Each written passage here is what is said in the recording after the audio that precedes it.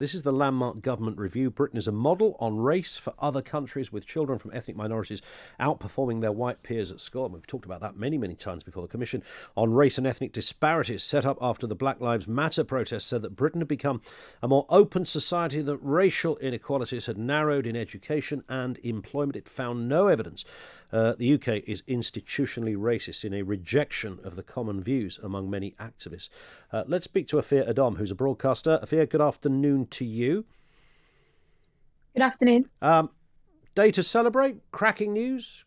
Great observation all round? Not. What are you making of this? No. This seems to me like a PR exercise. Sorry, by the we government. lost your sound for a second there. We've got that you a lot of people. It's okay, we've got you back. Can you hear me now? I can now, loud and clear. Do go ahead. Okay, great.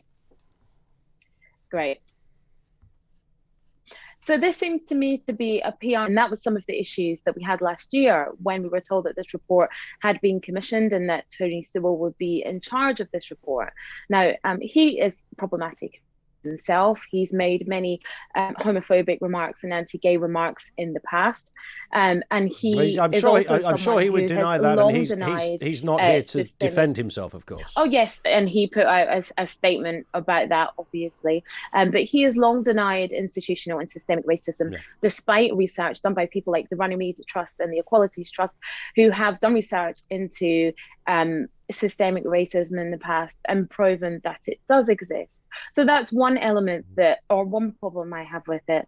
So the whole report is written off in just that statement, is it? You've written off the absolutely not. No, 9 out of 10 people on the panel were black. Report. There were black authors of this report. I think 9 out of the 10 were black. So there's not just Tony there. I haven't written off the whole report at all. I haven't written off the whole report. I think there was some good elements to come out of that. First of all, that Black African children are doing very well at school.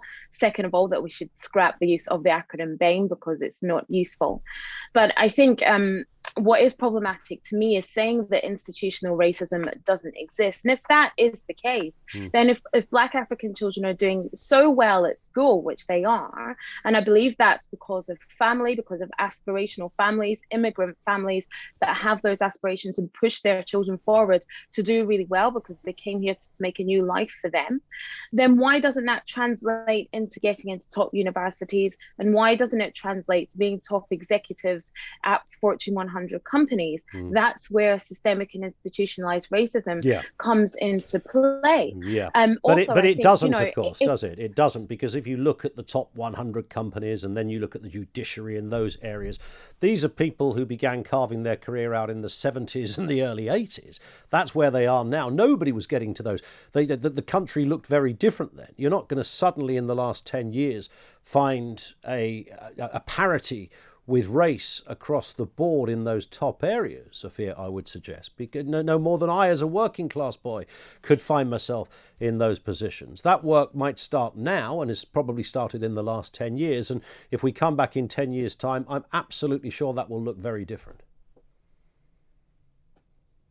And perhaps that is the case, and hopefully it would look very different. But if we look into university admissions, you will still find that people from Black backgrounds, Black African and Black Caribbean, even though they have the grades, as this report suggests, they don't necessarily get into those top institutions. But that's not because of institutional. Do you think people sit there on the boards of those institutions and go, look, there's a kind of Nigerian sounding name. We don't want that one in the university. We'll get Peter Smith in instead. I mean, you don't really believe that, do you?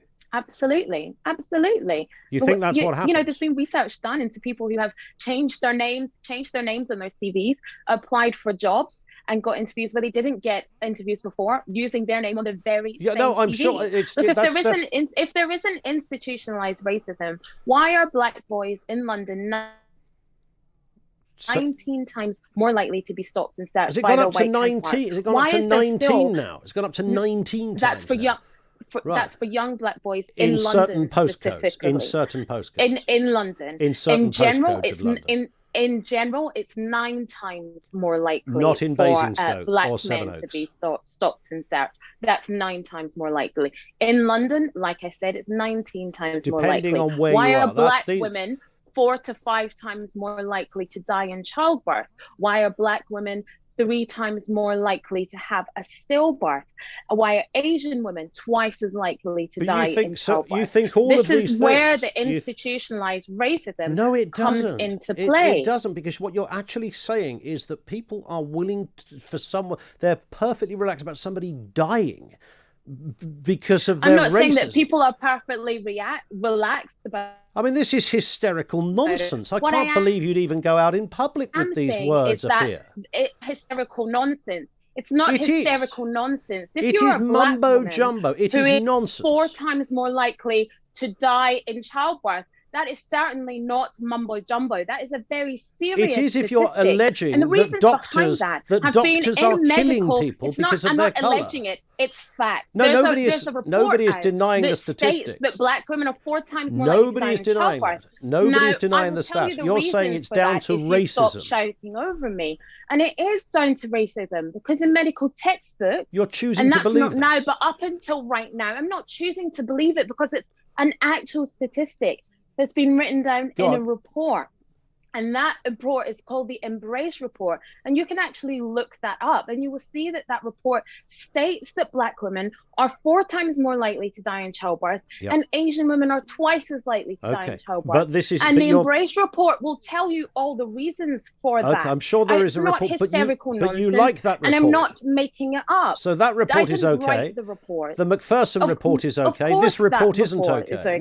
Where do you decide which reports you like and which ones you don't? I mean, Macpherson decided there was institutional racism in the police force. You were happy with that. I don't like. What it's about is drilling down to the numbers and getting through to the root of the problem. Now, if there is an institutionalized racism in the UK, I would like to know, why do these disparities still exist? Why are black women 4 times more likely to die in childbirth? I'm not disputing. Why are stop and search numbers so high? I'm not disputing. I'm not disputing some of the stats you're giving us. That there is still a lot of problem with racism online, and I think that is something great that they did pick up on. The racism that I will get online after this interview will be huge. Listen, but is that not an example of the institutionalized racism in the UK? That's an example of the fact that there are some racists out there, and I'd throw the book at them and give them lengthy prison sentence. We know that. We're never going to get rid of every racist, no bother we're going to get rid of every bank robber or violent offender. It's a criminal offence, and those people, sadly,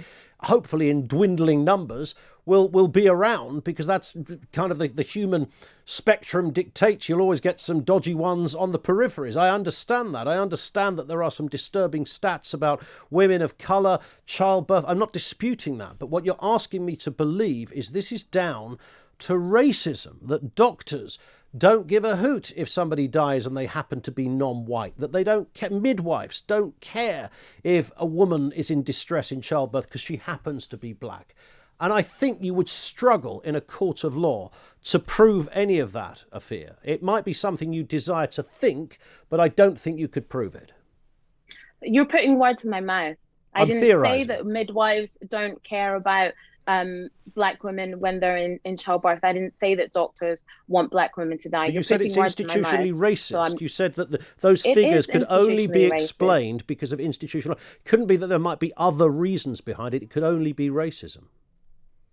So what are those reasons then? Well, I'm not a clinician, a gynecologist or a doctor. I can't give you those reasons, but I'm pretty darn sure that we don't have murdering housewives en masse out there who don't give a hoot about the welfare of black women giving birth. I'm pretty sure we don't have that either.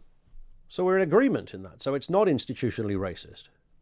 No, it is institutionally racist, but I didn't say murdering housewives. You said murdering housewives. I don't agree with you on murdering housewives. Okay, so what is it then if they're allowing someone to die when they could save them? It's institutional racism, and it comes down to a number of things which are highlighted in the Embrace Report. One of those things, I'm not going to tell you them all, but one of those things is listening to black women when they say they're in pain. There has been medical textbooks which had written in them that black people don't feel pain the same way that their white counterparts do. So that has translated into the medical community. You think there are any doctors that seriously believe that? So that when black you really think there are doctors in this country that believe that? They would not be believed. Really? And then you think there are doctors and clinicians who believe that? And saying that you're in pain, Black women aren't believed, it's not acted on, and that's why you have higher deaths. That's one of the reasons.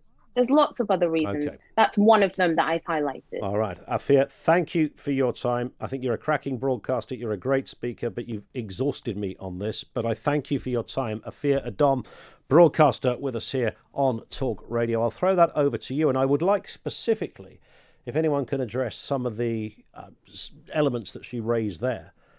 If you're in the medical profession, I'm pretty sure there's a lot of doctors listening to this thinking, what? Really? I think that people of colour don't feel pain. Really? Could that be the only reason? Because I tell you what, if these were all true, all of these things, there's a reason why things like unconscious bias is never used in a courtroom. Because it's balderdash. You couldn't prove it for love nor money. These are just theories and people's convenient opinions. I'm not disputing, by the way, the stats. Rochelle Humes, is it? Or Rochelle Humes, isn't it? Did a documentary the other day, I think, on something similar to this. Powerful stuff. I'm not denying that. The institutional racist element of this is the area that I would completely part company. And thank you to a few of you that made the point about, which I repeated to her, the Macpherson report, which was embraced, which identified institutional racism. And here's a report that identifies now that there isn't any institutional racism. Maybe there once was, there's not now, according to this report. For some reason, that is not the news some people wanted to hear.